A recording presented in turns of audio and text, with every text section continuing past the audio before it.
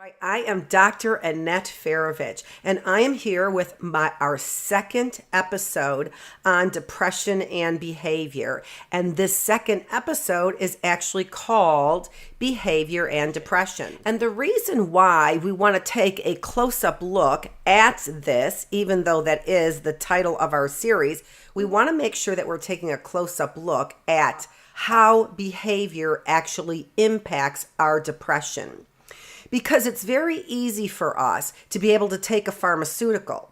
But like I had talked about last week, even though it's easier for us to take an antidepressant or easier for us to take a pharmaceutical, one of the reasons why we want to study and look at the behavioral impacts on depression is because they are much more natural. We have a natural inclination to look for meaning and purpose in our lives.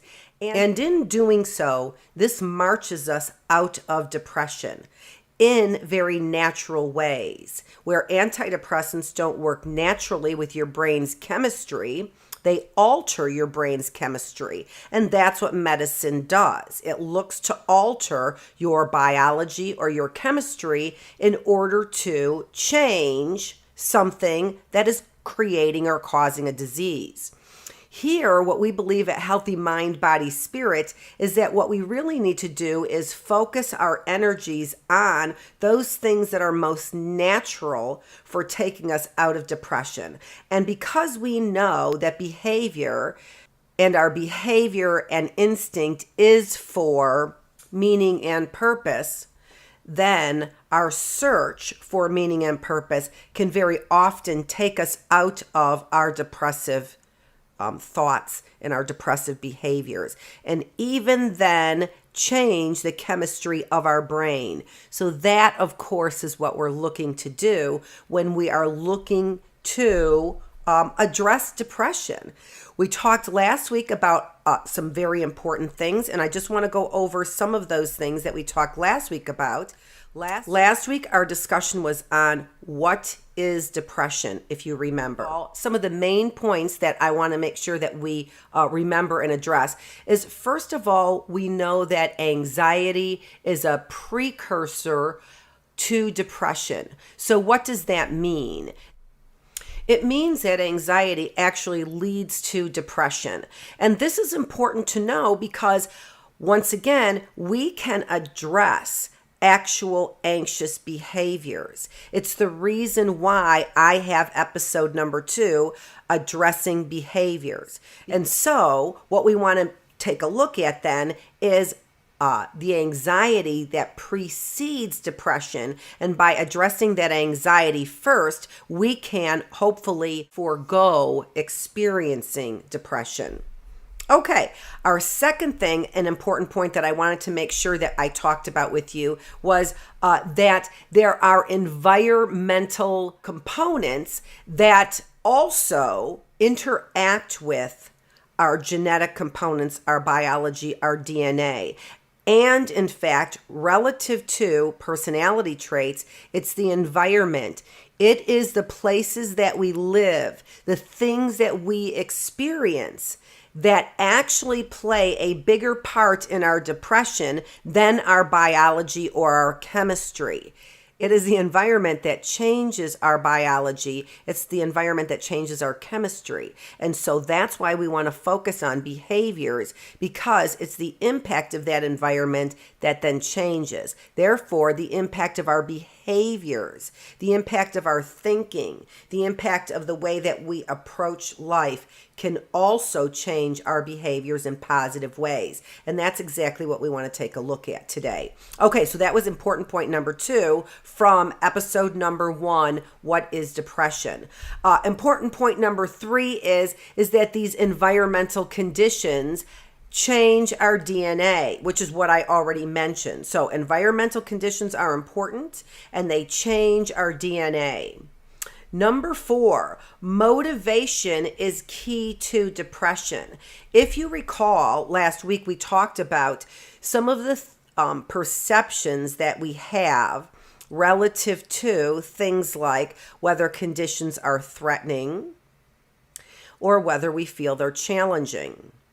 when conditions are threatening, we have a tendency to interpret those as being more anxiety provoking, and then therefore can lead to depressive behaviors like hopelessness and helplessness, right?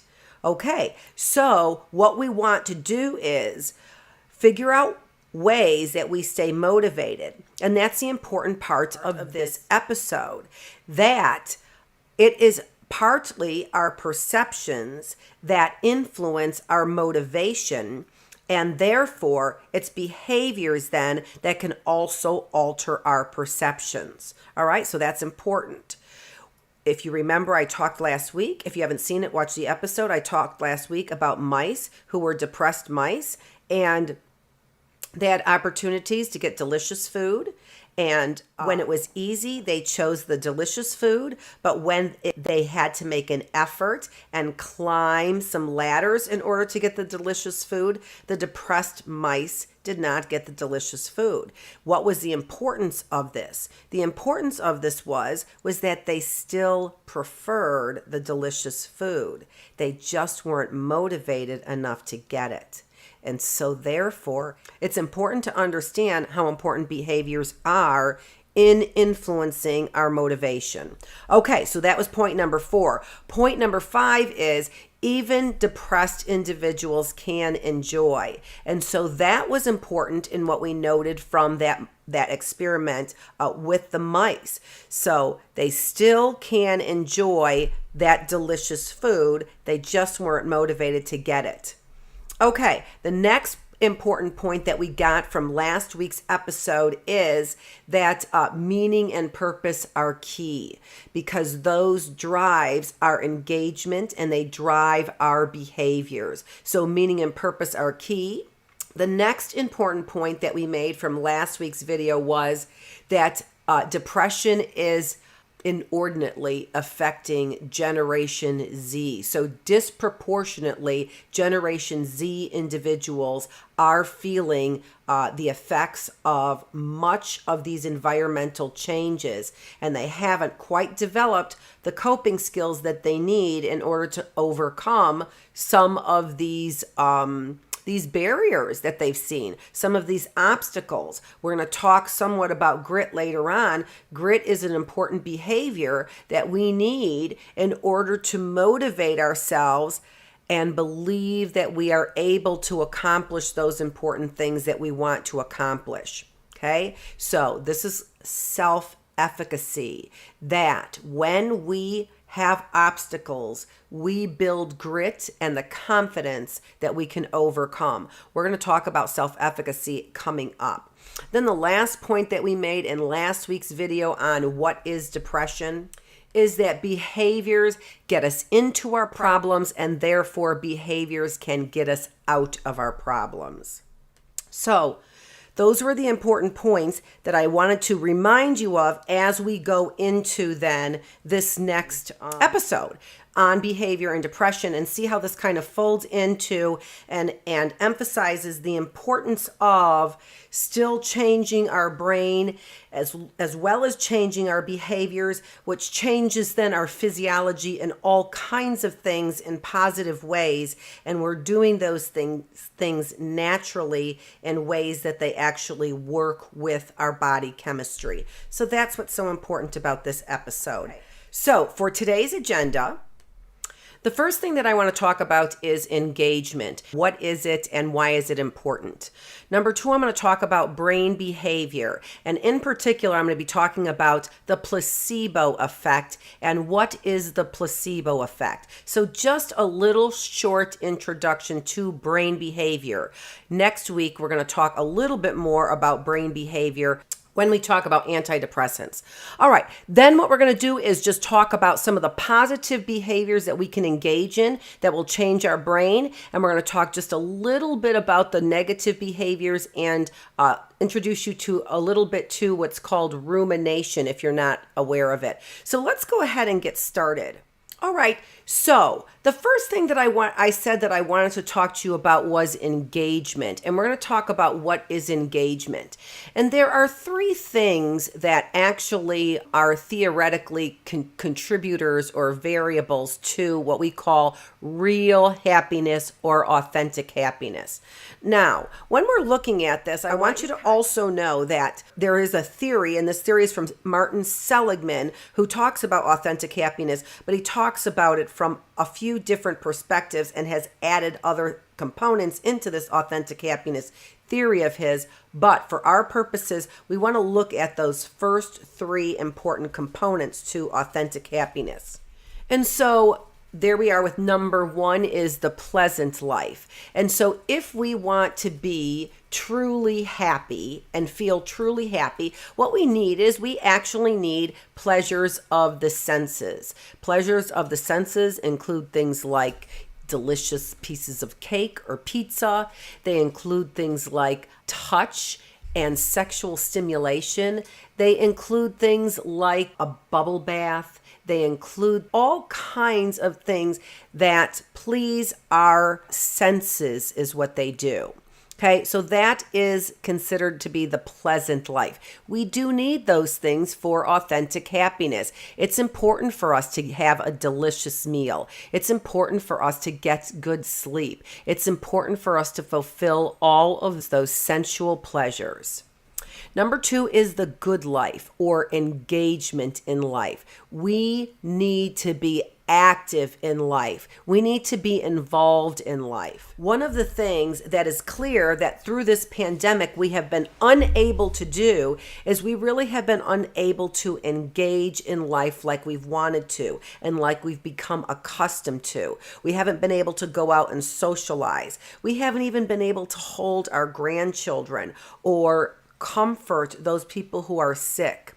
And all of that engages us in life. They are important for both our cognitive growth and development, feelings of mastery and self-esteem, but they also build things like relationships as well, which we know is our most important need.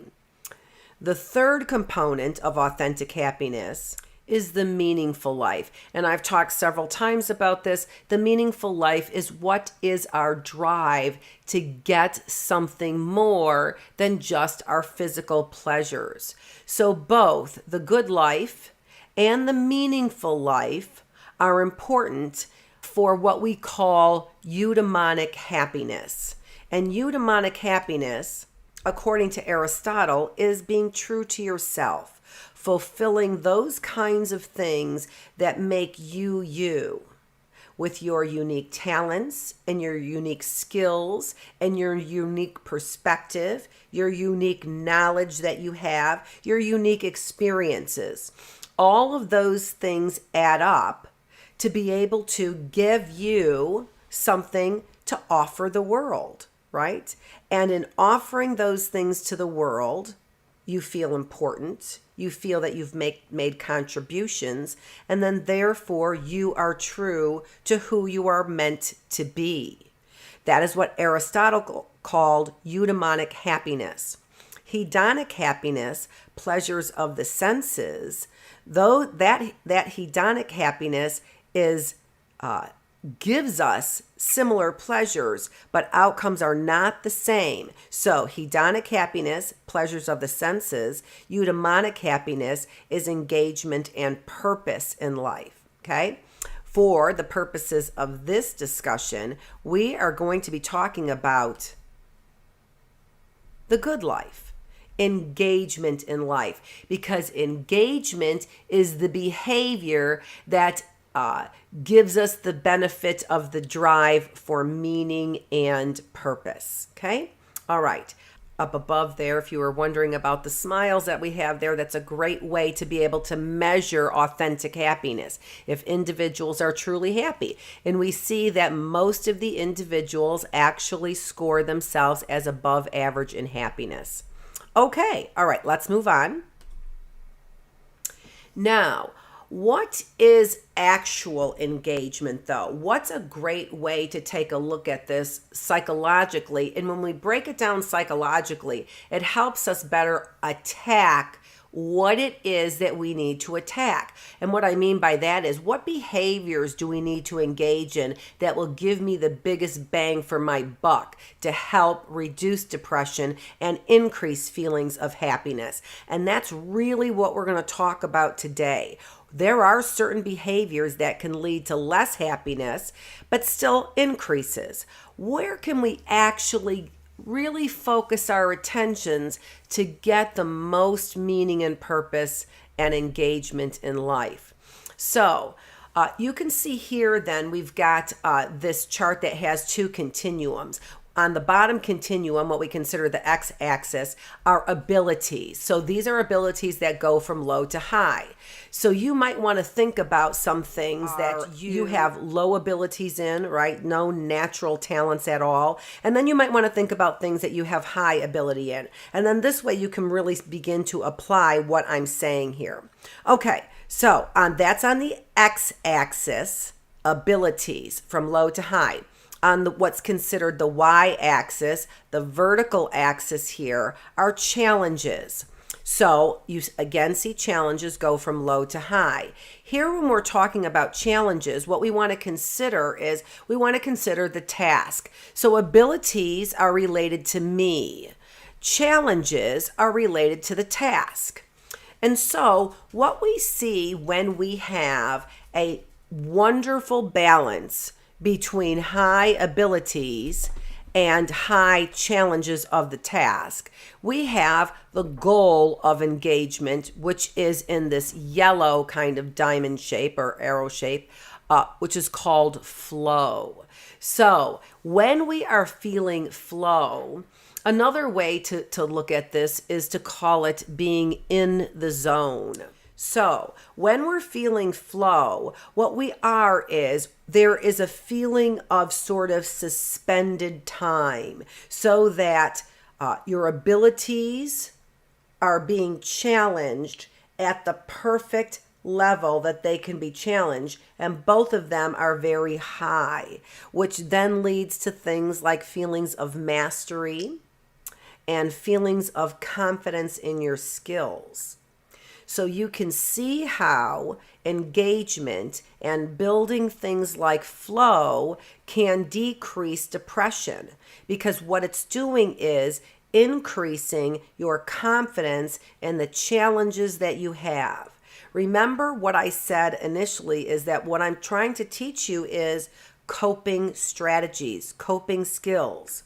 And so we can see then that when we, whether or not we manufacture it or seek it out in our employment or seek it out in our everyday challenges, what we want to seek out are those challenges that are best developing and best exemplify, kind of boost up, right, magnify our talents.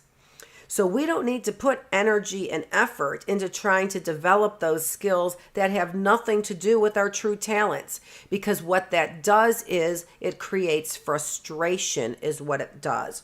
So let's take a look at those other areas on that chart and see, we can see right away here that we can have anxiety. And remember, anxiety, we said, is the precursor to depression. And so if that's the case, what should we do here related to anxiety? And the thing here that we're looking at that's creating the anxiety here is when we have low abilities, yet our challenges are high. And this is interesting because we want to challenge ourselves, certainly. And many of us are challenging ourselves by getting an education, going to school, trying to work around this pandemic, trying to still make ends meet. trying to grasp changing laws, trying to grasp changing politics, and all kinds of changing technology that's creating great chaos for us, right? And many of us are feeling inadequate to meet those demands. So currently we are seeing that we have lots of challenges, and many of us are feeling low in our abilities to meet those challenges. And as we can see, that creates anxiety. Where we're saying then that we want to focus our efforts, if we want behaviors to slowly walk us out of our feelings of depression, then what we need to do is focus our attention on those challenges that we have great ability to address, right? That we have great ability to be able to solve is what we want to do. So again, what that ends up doing then is it ends up giving us a feeling of confidence and feelings of what is called self-efficacy, right? All right, so let's just take a look at a few more of those to kind of round out our understanding of what flow is and feeling in the zone. So you can see here then that we have more worry when the challenges are fewer. So we can see here then how we might be feeling relative to this wheel that we've got here, or we call it a circumplex. Where are you in this circumplex? Are you feeling that you are worried but maybe not anxious? Are you feeling anxious along with great arousal as well? This then can end up creating some health problems later on. And that's what I want to talk to you about in some of our future videos, where we've got a video coming up on loneliness and health. So we'll be looking at the schedule a little bit later on. Apathy. Let's take a look at this. Apathy is where you have no emotional arousal at all, right? So it is less than boredom, because boredom actually does have some kind of arousal, even though it is still depressed feelings. Apathy is actually when we feel that both abilities are low and challenges are low. This is where we have a tendency to not have any feelings. Again, like boredom is actually a feeling. So this is where we end up kind of checking out of life, where we have no interest in life. So where are you on that? And remember, what we want to take away from here is we certainly can be very relaxed when we have high abilities but low challenges. But what that avoids then, and what that prevents us from experiencing, is that eudaimonic happiness, that really great feelings of engagement, and even over here, feelings of control are also in there as well. That's how we end up getting a feeling of confidence. However, it's interesting because it's not all about control, is it? It's not always the assuredness of full control, is it? Because what we're saying is that there's a chance for failure, right? If the challenge is high, there's a chance for failure. But what I'm doing in flow is I'm sharpening my skills, is what I'm doing. I am mastering the task. And remember, when we talked about mastering before, look at my videos on self-esteem if you want to know more about mastering. What we've said is with mastering, we end up feeling less helplessness, right? So when we don't master a task, but just learn it for the sake of getting a grade, for example, we don't master the task, that ends up leading to helplessness. And helplessness, as we said last week, leads to hopelessness, which leads to depression. That's an important linear relationship that you want to understand. Where does the anxiety come in? The anxiety comes in feeling helpless and learning helplessness over time. Okay? All right. Now, what I want to talk a little bit about is giving you an introduction to a little bit about why antidepressants may not work as well as behaviors. That what we have found is that people experience what's called a placebo effect. And what is a placebo effect? A placebo effect is where people actually receive a treatment and they actually improve. By all measures, we see improvement. And so, individuals, for example, were in a surgical group where they had arthroscopic surgery on their knees. And some of them, half of them, were assigned to get the surgery. The other half were told that they had the surgery. They made incisions on their knees, but they didn't actually receive the surgery. And what did we find out? We found out that there was no difference in pain that was experienced by the two different groups and no difference in actual physical healing. So we saw no difference in either the pain or in their recovery times. And so what this is saying then is that it's kind of a mind over matter kind of a experience. And we have seen this placebo effect in all kinds of different conditions. We know that individuals who have received Prozac, that more than 75% of those individuals saw improvement in both groups, in both the Prozac group and also the placebo group. So they were seeing the same kinds of effectiveness in reducing depression in placebo as they had seen in the actual individuals who received Prozac. We've also seen this with migraines as well. Individuals who believed that they were getting medication for the migraine headache saw improvements, about 50% improvement, not the full 100% improvement though. So we can see that if the treatment is actually effective, what we end up doing is we test individuals in both a placebo and a treatment group. And if we see that the treatment group has significantly more improvement over the placebo group, then we see that it's an effective treatment. We are not seeing that with antidepressants. We are seeing approximately the same rate of effectiveness in antidepressants as we see in the placebo. Now, there are exceptions to this that you should know about, and the exceptions I've mentioned before. And those exceptions are in the realm of those individuals who have more extreme cases of depression.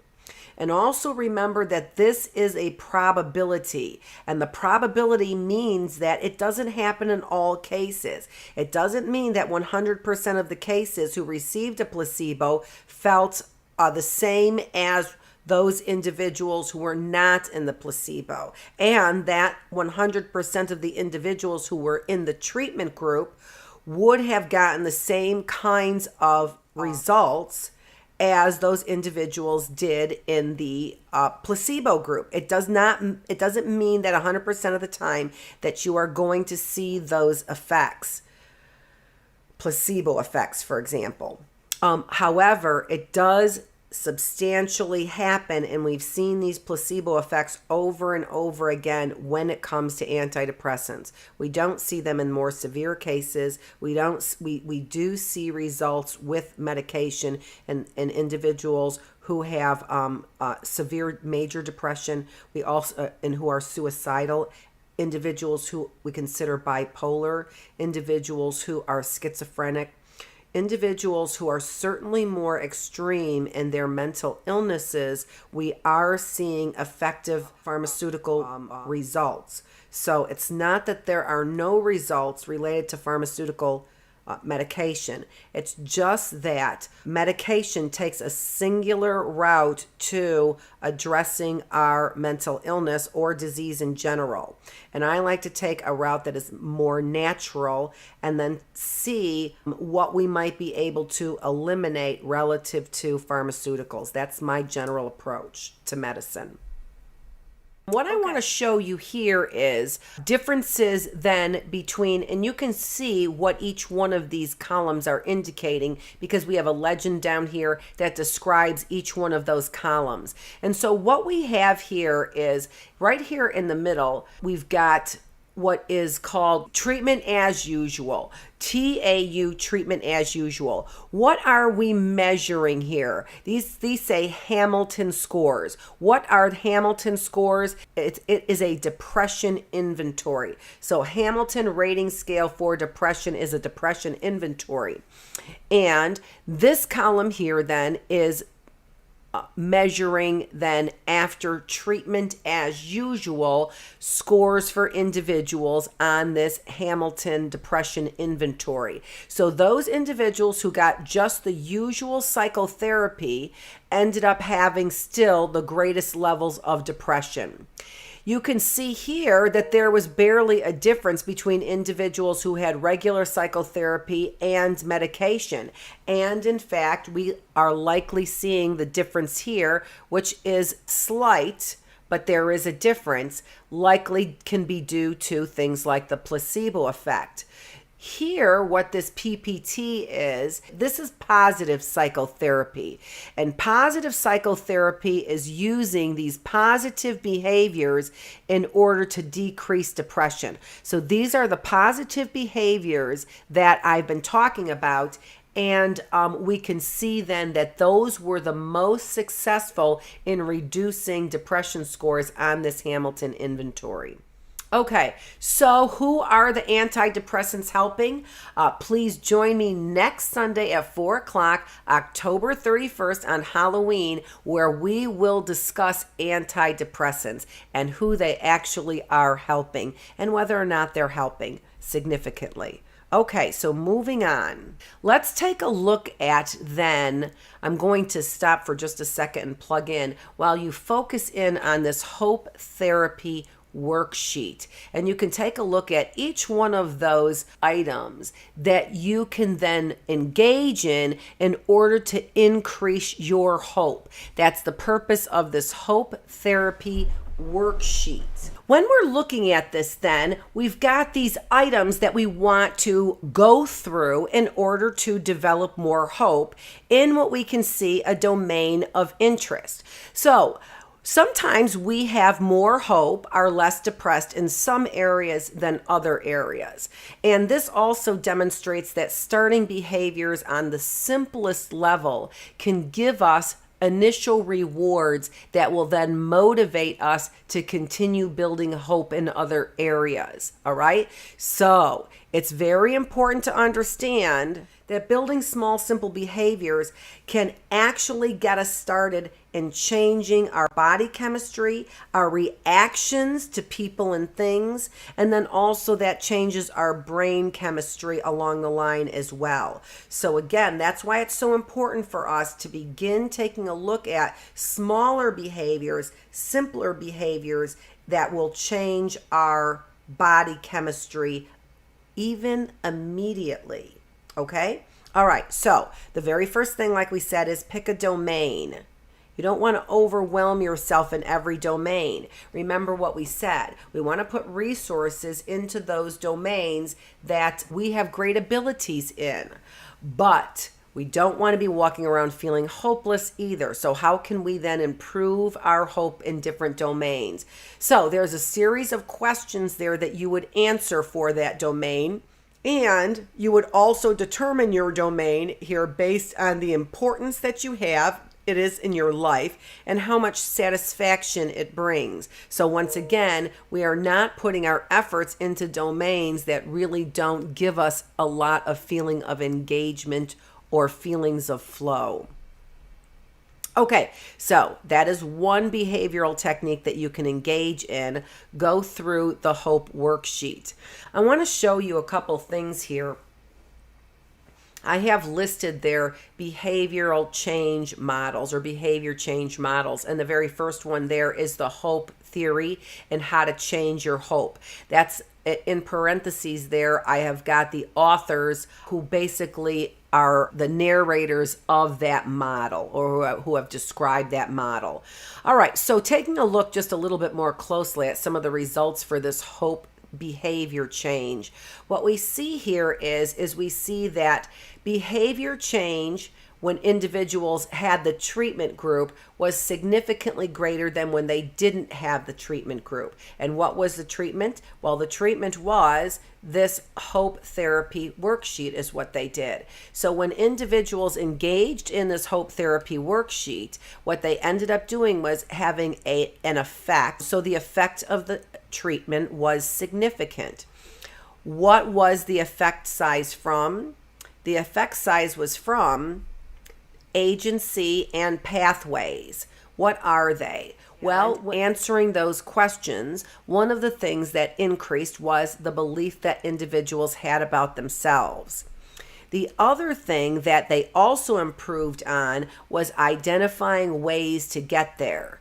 So, both by increasing these identifying ways to get there and a belief that they could accomplish those things, those two components increased individuals' feelings of hope. So this is a really good behavioral change strategy that you might want to think about and engage in. The next model that we're going to focus on is Bandura's self-efficacy model.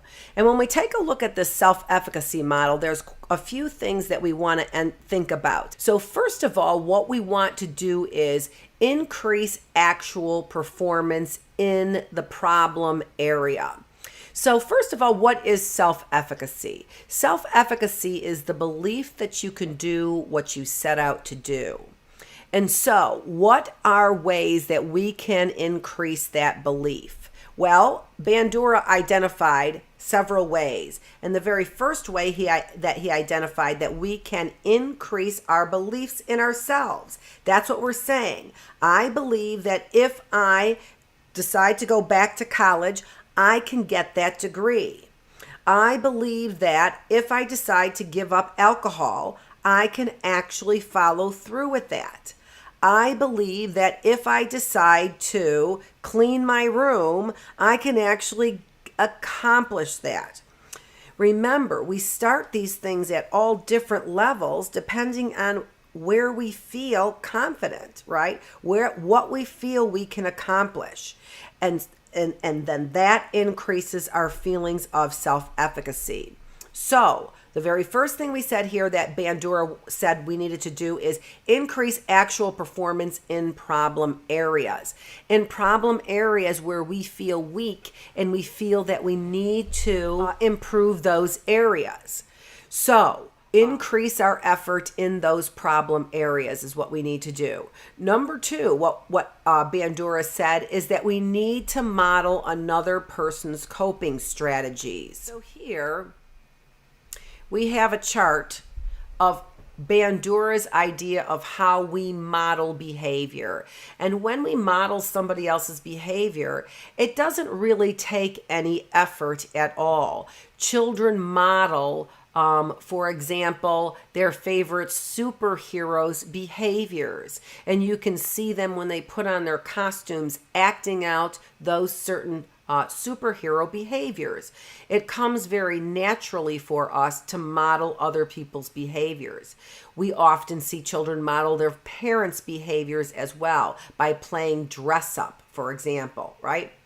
But if we want to try and reduce our depressive behaviors, then what we want to do is make extra efforts to model behaviors of individuals who we know are healthy, who do have good coping strategies, who are engaged in life and find passion in their life.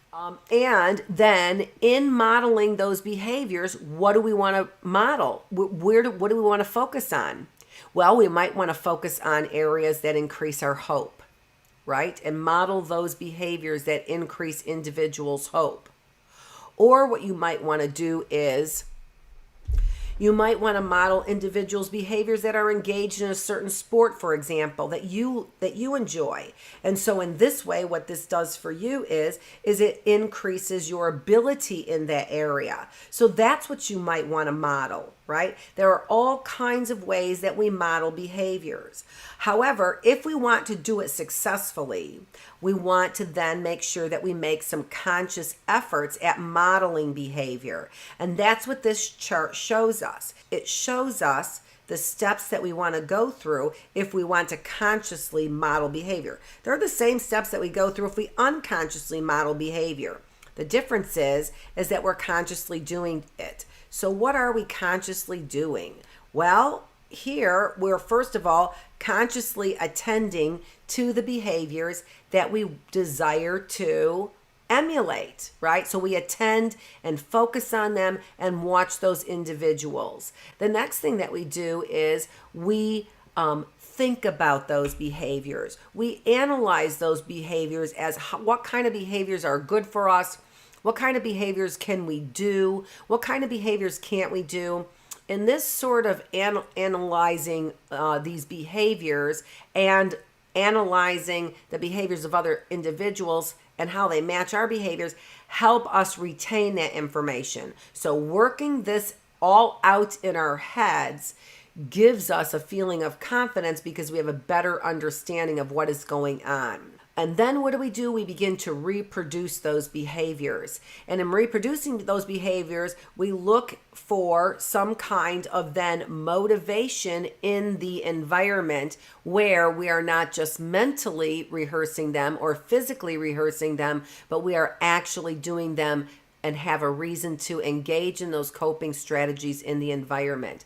But what we need to do before that, again, is we need to rehearse those over in our minds and then in our bodies as well.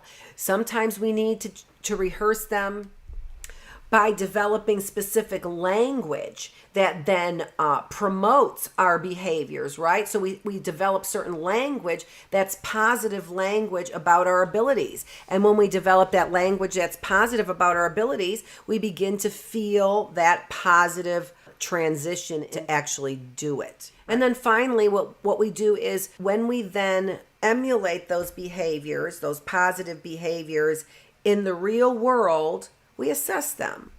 Did that work? Did I reduce my anxiety? Did that make me feel better? How long lasting was that positive feeling, right? We want to capitalize on those behaviors that give us the biggest returns. And the best way to do that is by analyzing those behaviors that we have cognitively and purposefully implemented. All right, so again, this is great stimulation for our bodies and it's great stimulation for our minds as well. Some of the other important pieces of information that Bandura also told us in order to develop self-efficacy is what we needed to do is engage in verbal persuasion with the helper. So when we are modeling behaviors, what we want to do is have individuals challenge our ideas, actually be able to articulate some of our opinions with somebody who might challenge our ideas. So engage in verbal persuasion with a helper. So are you persuasive? Are you aggressive? Do you offend me? Right? And so in this way, what we want to do is we want to be able to again, sharpen our skills so that we can feel more confident, so that we can reduce our anxiety about those things we engage in. All right, and then the last thing that Bandura suggested was that we control negative cognitive processes. And we're going to talk more about that when we talk a little bit about rumination. Okay, all right, now a third set of behavioral change models came from models that are called self-instructional training models. And these self-instructional training models change things like the way that we cognitively view a problem. So what this instructional training model talks about is imagining the problem. And then again, this focuses in on the inner dialogue that we have when we think about the problem. Is your dialogue negative dialogue? Are you pessimistic about your abilities? And then cognitively assess things like the flow. So, Is this too challenging for my skill set at this time? What is your inner dialogue when you approach problems? And then again, what you want to focus on is teaching more adaptive dialogue. That's more optimistic, but also true to yourself, that recognizes your limitations along with your ability to master something. The final model there is called the self-control model. And the self-control model focuses on monitoring your own behaviors. So taking a look at what are the antecedents to and the consequences of anxiety.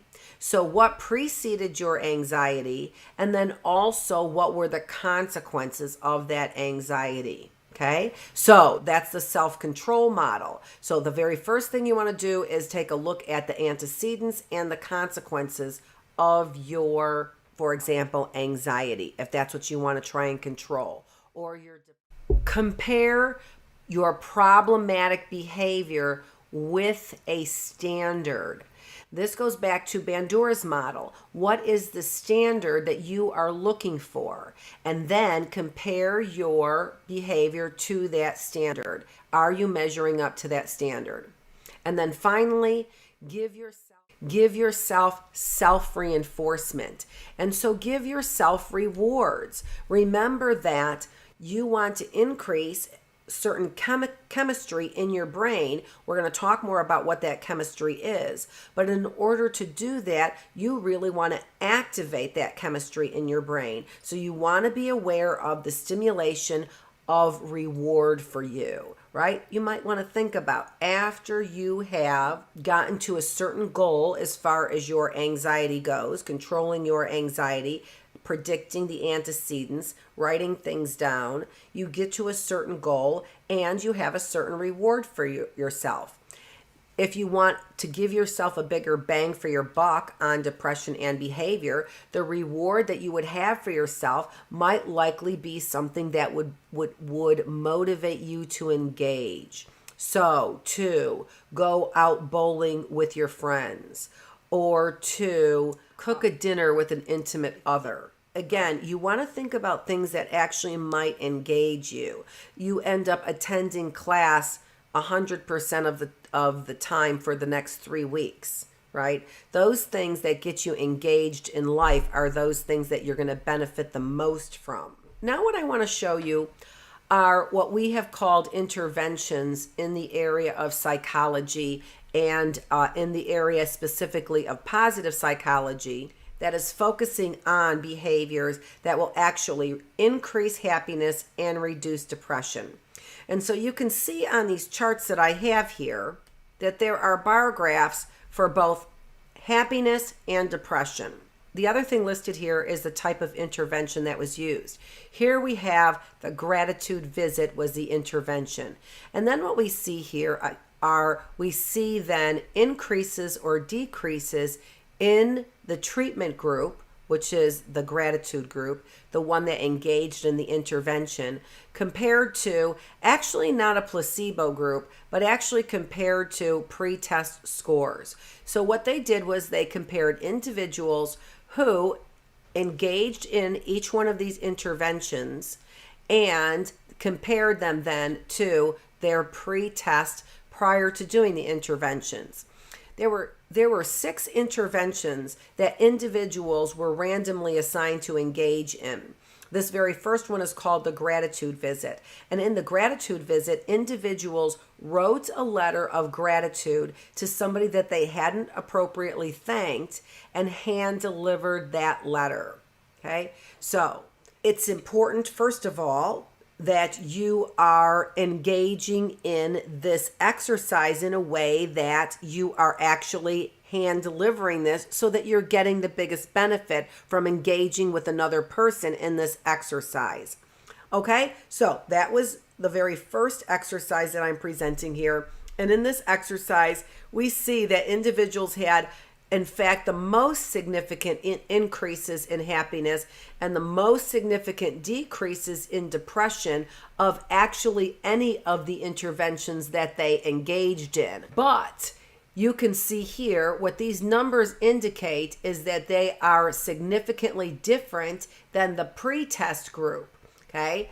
So what do we see here with the gratitude visit? What we see is that we have got short-term increases in happiness and short-term decreases in depression all the way up until 1 month. However, 3 months and 6 months, individuals basically went back to their same levels of happiness and depression. So gratitude visit is good for changes if you want changes in the short term in happiness and depression, great changes in the short term, but not in the long term. This is the next intervention. They are 3 good things. And for this intervention, individuals listed 3 good things that happen to them every day for a week and the reasons why those things happened. And then we can see that we have had both long-term and short-term significant increases in happiness and significant decreases in depression. We actually see significant increases in happiness begin actually at the 1 month mark, but we see decreases in depression happen immediately after the intervention. So individuals wrote 3 good things that happened to them that day and the reasons why. They did this for 7 days, and you can see that it significantly increased their happiness and decreased their depression across 6 months. So that is really encouraging if I want to engage in behaviors that are going to change my happiness and depression. This next intervention, You at Your Best. Individuals wrote a story of them at their best, and then they reviewed that story for 7 days afterwards. So this might have been a story that they had when they were in high school, and they may have caught the winning pass for a touchdown, or it may be that they asked somebody out on a date and that person said yes and they had the time of their lives. So You at Your Best. So individuals wrote this story down and then reviewed this story for the next 7 days.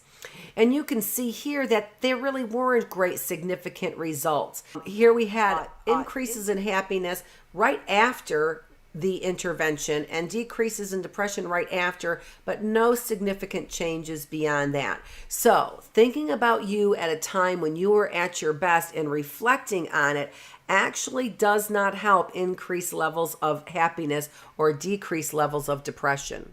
This next intervention is called Using Signature Strengths. And using signature strengths, you can see that I have 2 links there to 2 websites. And these websites are a place where you can be able to take this character strengths inventory. So it's a values in action character strengths inventory. And what it will do is it will rank order your 24 strengths from the top strength that you have to the least, the lowest strength that you have. Individuals then, after taking this inventory and identifying their top signature strength, use their top signature strengths in a new and different way every day for a week. The other link that I have there for you is if you decide to take this character inventory of strengths, that you can also take a look at some new and different ways that you might be able to use those signature strengths by clicking on that link that I have there for you. You can see here that this is the second intervention that increased happiness and decreased depression over the long term. So seeing decreases in depression immediately and increases in happiness after 1 week and for the duration even 6 months later. So individuals who are purposefully using their signature strengths are seeing immediate and long-term increases in happiness and decreases in depression. The last chart that I have there for you is just simply identifying your signature strengths and then kind of keeping them in mind for the next week. And what you can see there is the difference becomes in intention. Individuals who use their signature strengths and do so in a new and different way, benefited significantly from that in increases in happiness and decreases in depression. But individuals who didn't focus on using their signature strengths in a new and different way, who simply identified them and thought about them, you can see did not benefit the same way that those individuals who then tried and consciously engaged in them in a new and different way. So hopefully you are beginning to see a pattern here when I'm talking about behavior and depression and moving our way out of depression. Okay, so what we are seeing is this trend here that our behaviors then are important, especially in consciously engaging in them if we want to change our feelings of depression and anxiety as well. Okay, all right, moving on. Statistics. This is one of my last statistics I want to show you as far as engaging in particular behaviors that are helpful in reducing depression. And these are specifically focused on the elderly. We can see here that we've got two different types of intelligences that are identified. One is identified as crystallized intelligence, and the other one is fluid intelligence. The difference here is that crystallized intelligence is knowledge that we have for facts. So we call that world knowledge sometimes. So who was the first president of the United States? Who emancipated the slaves? What is the capital of Alabama? You know, who is the father of psychoanalysis? So that the knowledge that we have, world knowledge, is called crystallized intelligence. Intelligence that we have that in conversation where we are actively paying attention to what somebody's saying, as well as drawing from long-term memory, we call that fluid intelligence. It's the intelligence that we need when we're online and we're speaking to one another, right? Typically, when we're speaking to one another, you don't have the same kind of gaps that you have, for example, as I'm recording. Why? Because what I'm doing isn't quite as fluid when I have to worry about technology and things like that, right? So fluid intelligence is the intelligence we use as we are interacting with the environment and living our daily lives, pulling up that intelligence. And what we see here is that we have greater mental ability in old age. In fact, we barely lose our crystallized intelligence in older age, but what we do is we do lose our fluid intelligence.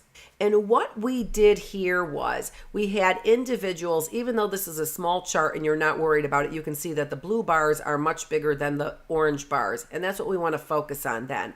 That is where individuals increased their fluid intelligence, the blue line, when individuals engaged in regular conversations with other individuals. And so if you want to decrease depression, in particular in elderly, what you want to do is increase feelings of self-efficacy, for example, by having regular conversations with the elderly.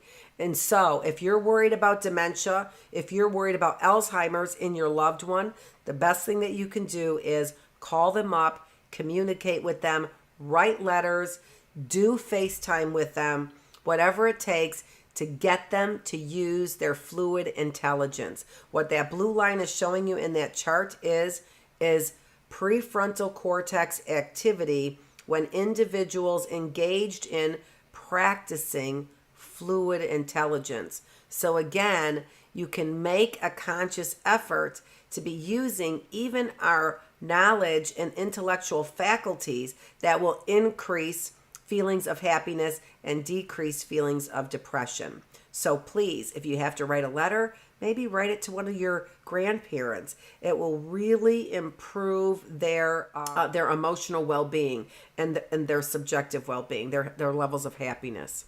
All right, and then this actually, I believe, is the last slide that I want to talk to you about some specific behaviors.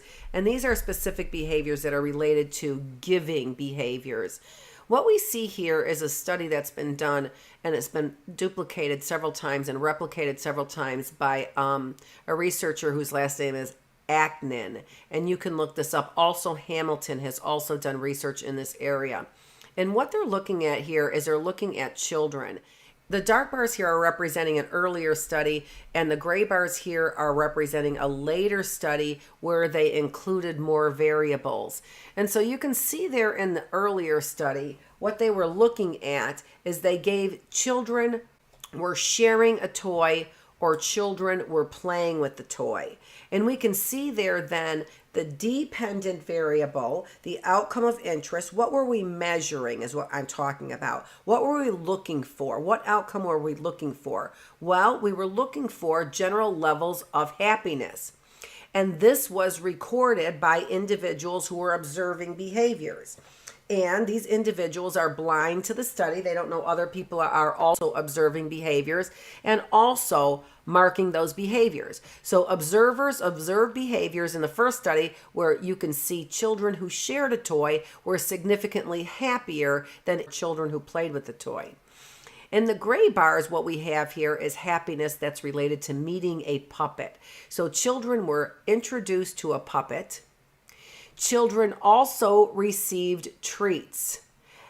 And then you can see here that the children, they saw the experimenter give treats to the puppet. They gave treats that were found to the puppet, or they gave their own treats to the puppet. And you can see here that there was more enjoyment in giving those, even if I saw somebody else give a treat to the puppet, than there was in actually receiving my own treats. And so we can see here that if we want to change depression through behavior, one thing that we might want to also try doing is giving to individuals. We know study after study has demonstrated that we gain more from giving than we do from receiving. And so, again, take note of those things though. One of the things that's different about adult coping strategies compared to childhood coping strategies is that childhood coping strategies typically are automatic. They're unconscious. The difference with adult coping strategies is that we should try and engage in them consciously. We want to try and purposefully engage in these behaviors. And then in doing so, we want to also determine whether or not they have made a difference. Which behaviors have made a real difference? You can also go to an Authentic Happiness website, which is where a lot of this literature is located. So www.authentichappiness.com. And on the Authentic Happiness website, you can see many of the inventories that individuals have developed in order to measure things like optimism, our values, our character strengths, to measure things like I talked about, like grit, for example. And you can take a look at what you're scoring on those and then see whether or not some of these interventions, for example, or giving makes some kind of a difference in your levels of happiness and satisfaction with life. Savoring is a concept that I like to encourage individuals to also consciously develop. And in developing these consciously, what you might want to do is make a plan for, you can see there, reliving a positive event in your mind. So make a plan to do that and think about that event then and reliving that event in positive ways. Think about all the details of that positive event. Savoring is creating things like awe and wonder. It's also creating a new and different way for you to be able to see and experience. Let me give you an example. When we plan for an experience, let's say we want to go to an apple cider mill. So this way we're engaging in life, all right? So making the plan increases levels of our dopamine because we anticipate this. I talked a little bit about this last week. We anticipate the event, and in anticipating the event, we increase our dopamine. It motivates us then to continue on, to make sure we go through the engagement, make sure that we go through to the cider mill, right? That anticipation and that excitement encourages us, motivates us to go to the cider mill. So you can see how we can increase motivation by thinking about a planned event. We can also then recreate those reward centers and stimulation of those reward centers in our brain by savoring the event afterwards. That's spending time thinking about the event. And even sometimes, if the event didn't go as planned, in our savoring attempt, in our savoring exercise, what we might want to try and do is think about all the positive things that still did occur. Even if the event didn't turn out the way we wanted, we can still savor the event by thinking about something positive about it. I have my students actually engage in this exercise where they plan an event, see about their anticipation and excitement, if that changes their levels of, for example, dopamine, but then also plan to savor the event. Somebody planned to savor the event by actually posting their dinner that they had made on social media. And that was a way of savoring the event. That was an excellent use of social media, and it was an excellent way to savor the event. In this way, we also increase dopamine, but we increase serotonin as well when we savor the event. And in this way, I've had many students say that even though they were disappointed that it didn't work out the way that they wanted it to, the initial event, that in savoring, that was the time that they actually determined that it was actually more positive than they thought. So they would have never experienced a more positive spin on the event had they not planned to savor. So again, another way that we make a conscious effort in order to really benefit from those things in life that we enjoy and that we plan to enjoy. Okay, I want to talk about then, now what I said was I was going to talk about engagement, I was going to talk about the placebo effect, I was going to talk about positive behaviors, and I just gave you a whole list of positive behaviors and the outcomes for those positive behaviors. I also said I wanted to wrap this up by focusing a little bit on negative behaviors. And negative behaviors here begin with what's called the hedonic treadmill. And oftentimes, when we are trying to satisfy ourselves, when we are trying to find a way to fill that void in our lives, what we end up more often doing is looking at external rewards.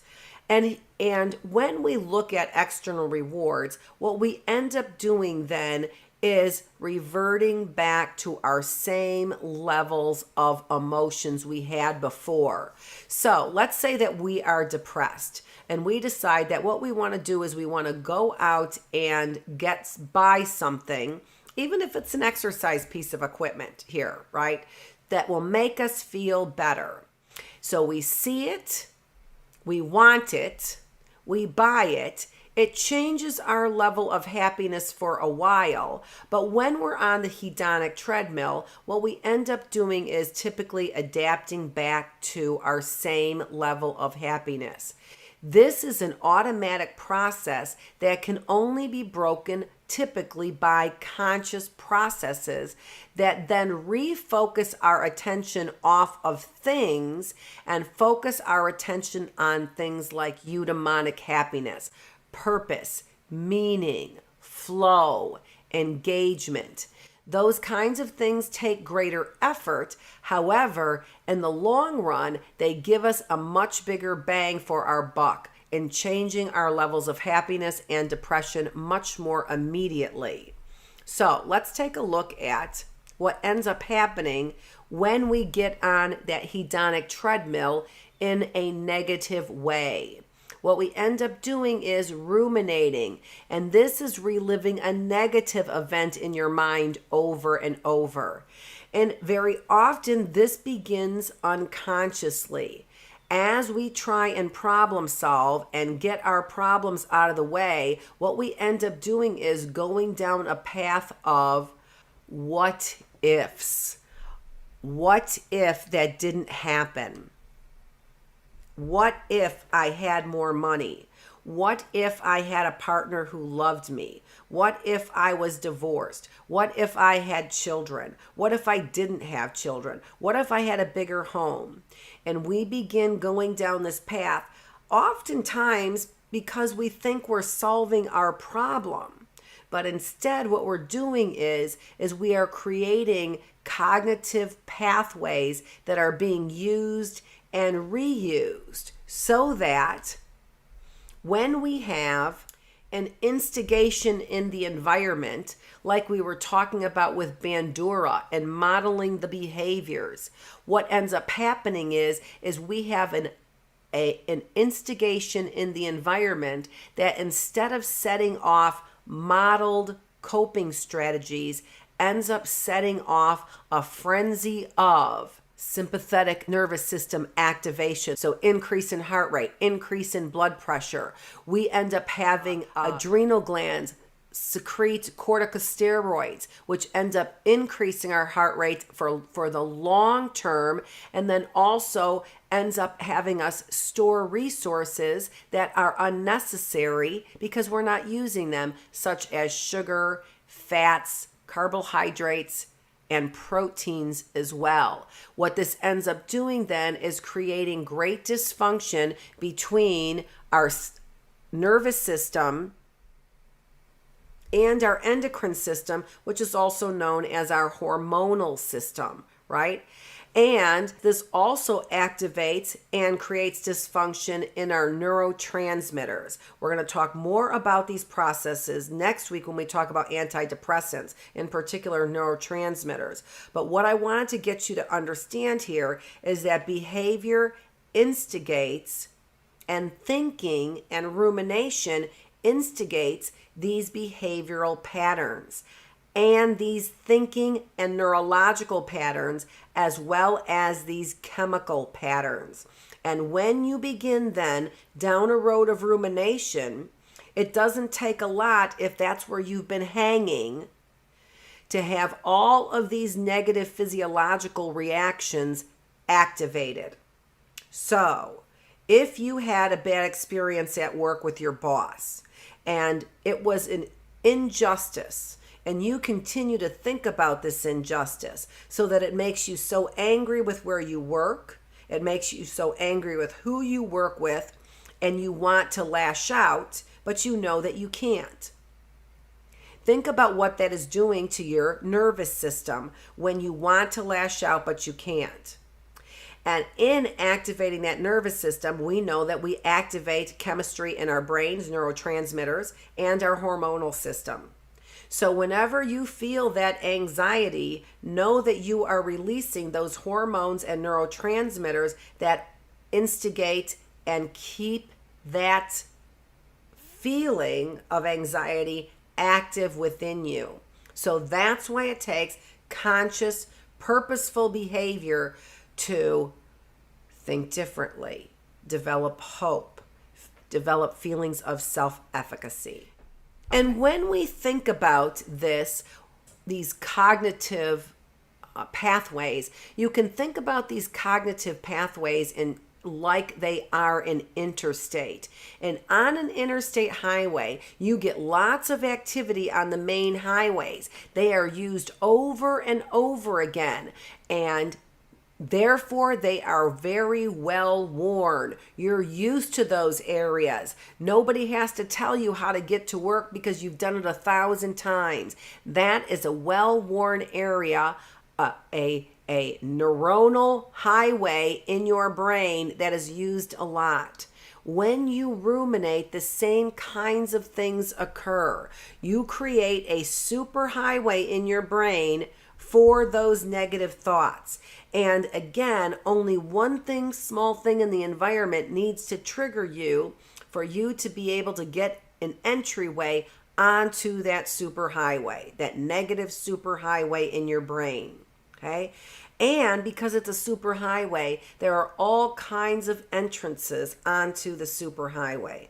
Unfortunately, you have to make a cognitive effort to get off of that neuronal anxiety producing superhighway. Okay? All right. And that wraps it up for today, except for today's question. And today's question I have specifically for you. And that is, I would like to know what you are going to do actually in order to begin your very first step for creating behaviors that get you out of depression. And very specifically, the question is what are your top 5 signature strengths, and how might you use them in a new and different way to get you out of your depressive behaviors? So, I encourage you to take the VIA Character Strengths Inventory. I will have the website up there, but you can go back and you can see the website that is there. I'll have a link up there for you scrolling when I edit the video. So tell me what your top 5 signature strengths are. Share those with me, either through email. You can email me at Dr. Feravich at healthymindbodyspirit.net. So email me your top 5 signature strengths and how you have decided to use them in a new and different way. So that's my question for you.